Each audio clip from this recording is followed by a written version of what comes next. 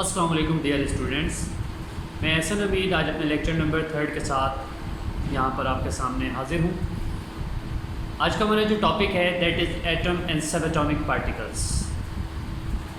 Atom एक बहुत ही grass root level का टॉपिक है जो कि क्लास 3 से के बच्चे को तकरीबन पता होता है, लेकिन उसके अंदर थोड़ी सी कुछ ब्रीफ के अंदर भी जो है आज मैं आपको समझाने जाऊँगा और कोशिश करूँगा कि आपको ये टॉपिक जहन नशीन हो जाए। So atom is a tiniest particle of element which was अनडिविजिबल।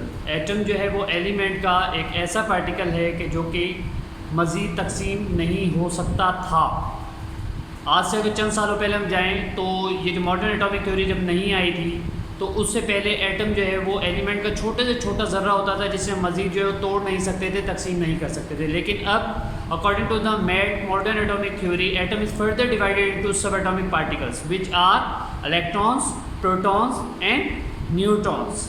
3 subatomic particles के अंदर एटम को तोड़ दिया गया जिनके नाम जो है वो क्या रखे गए, इलेक्ट्रॉन्स, प्रोटॉन्स और न्यूट्रॉन। अब हम इनके बारे में पढ़ेंगे। तो सबसे पहले electrons. What do you mean by an electron? These particles are the negatively charged particles and electrons are located in orbits and valence shell. Electrons पर चार्ज कौन सा होता है? नेगेटिव होता है। और ये कहाँ पर लोकेट करते हैं? एटम के ऑर्बिट्स में या फिर शेल्स के अंदर, या फिर उसका जो आउटर मोस्ट पार्ट होता है वैलेंस शेल, उसके अंदर जो है इलेक्ट्रॉन्स लोकेट करते हैं। उसके बाद second one subatomic particle जो हमारे पास है दैट इज़ प्रोटॉन्स।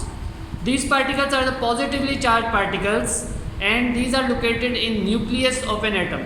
एटम का जो इनर मोस्ट पार्ट होता है वो हम आगे चल के भी मैं आपको समझाता हूँ कि एटम के 3 हिस्से होते हैं, कौन कौन से होते हैं। लेकिन अभी आपके लिए समझना ये काफ़ी है कि एटम का जो प्रोटॉन होता है वो पॉजिटिव चार्ज होता है, उसके ऊपर चार्ज कौन सा होता है? पॉजिटिव होता है। और वो कहाँ पर लोकेट करता है? न्यूक्लियस में लोकेट करता है। आफ्टर दैन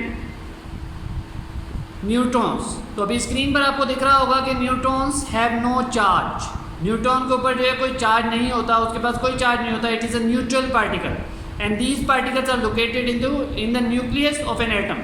तो आपने ये देखा होगा कि प्रोटॉन और न्यूट्रॉन ये दोनों के दोनों न्यूक्लियस में लोकेट करते हैं, जबकि इलेक्ट्रॉन जो है वो ऑर्बिट्स और वैलेंस शेल के अंदर लोकेट करते हैं। After then structure of an atom के बारे में हम पढ़ेंगे। आपके सामने दिख रहा होगा एटम का स्ट्रक्चर।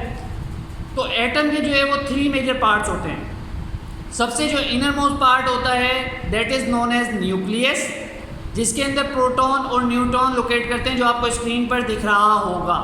पॉजिटिवली चार्ज पार्टिकल जो होता है वो प्रोटॉन होता है और न्यूट्रॉन पर कोई भी चार्ज नहीं होता। तो ये दोनों के दोनों कहाँ पर लोकेट करते हैं? न्यूक्लियस में लोकेट करते हैं। उसके बाद जो मिडल वन पार्ट होता है that are known as orbits. Orbits या फिर इन्हें हम शेल्स भी कहते हैं। ऑर्बिट में जो है वो मिडल वन पार्ट होता है और इसके अंदर इलेक्ट्रॉन्स लोकेट करते हैं।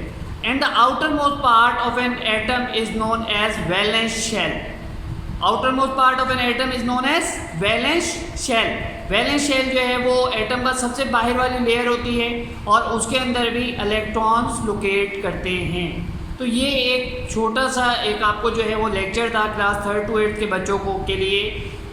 तो कोशिश मैंने अपने तौर पर की है कि आप लोगों को समझ में आ जाए। अदरवाइज फिर भी अगर आपको कोई इसके अंदर प्रॉब्लम हो तो मेरे व्हाट्सएप नंबर पर आप लोग रब्ता कर सकते हैं। Thank you so much. Stay home, stay safe. Allah हाफ़िज़।